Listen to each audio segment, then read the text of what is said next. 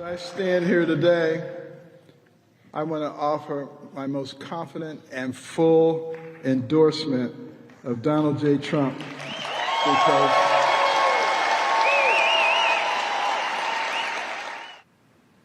all right, the Trump train continues this weekend in Iowa. Former HUD Secretary Ben Carson endorsed President Trump for the 2024 Republican presidential nomination. Right now, Trump is still way ahead in the polls, especially when it comes to Iowa. A new poll showing 43% of caucus goers in Iowa would choose Trump. We're now joined by former HUD Secretary and renowned neurosurgeon, Dr. Ben Carson. Doctor, welcome to Greg Kelly Reports. thank you. Good to be with you. Now, Dr. Carson, we'll get back to your endorsement for Trump in just a moment. But first, I wanted to ask you about Hamas's violent attack on Israel. We're seeing ramifications right here in the United States. Violent and hateful pro-Hamas protests continue to erupt across the country, especially on college campuses. A presidential candidate, Governor Ron DeSantis, defended his view to disband pro-Palestinian student groups. I want you to take a listen. This is not cancel culture.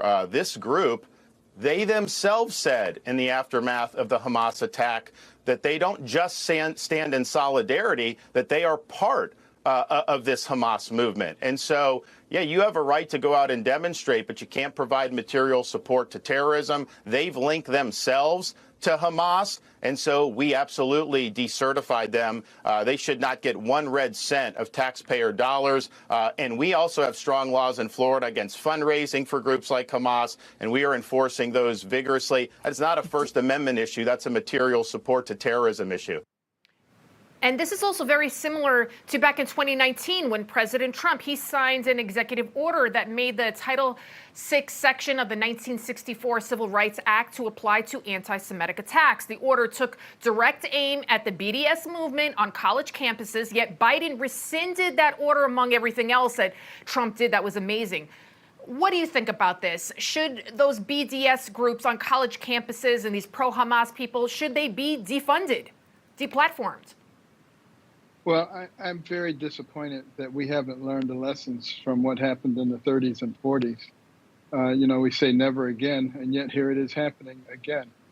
And that people cannot, a lot of people just don't actually know. A lot of times you see these men on the street interviews, and they don't know anything about history, and therefore they're bound to repeat it. Obviously, a terrorist group like Hamas is something that we do not want to support in any way. And in fact, we want to stand in opposition to it. And it wouldn't matter who it was, what race they were, what ethnic group they came from. If they were advocating the obliteration of others, we should stand against that. Absolutely. And a lot of these kids are chanting from the river to the sea, Palestine will be free. They don't even understand what river to the sea means. It's a dog whistle to eradicate all of Israel, to kill all Jews. It's incredible just how misinformed, I guess I want to say, a lot of these kids are. Manipulated and indoctrinated. And this is something that's been going on for a very long time. You can read it in a congressional record from 60 years ago when they talked about the desire to gain control of the school system so you could indoctrinate the kids and reorient them. And that's what's happening. And we need to fight vigorously against that. We need to start with kids at early age and begin to teach them the true history of our country, the history of the world, the good, the bad, and the ugly. But when you're talking about the United States, there's a lot more good than there is bad and ugly. Absolutely. Do you think any of this would have happened if President Trump was in office?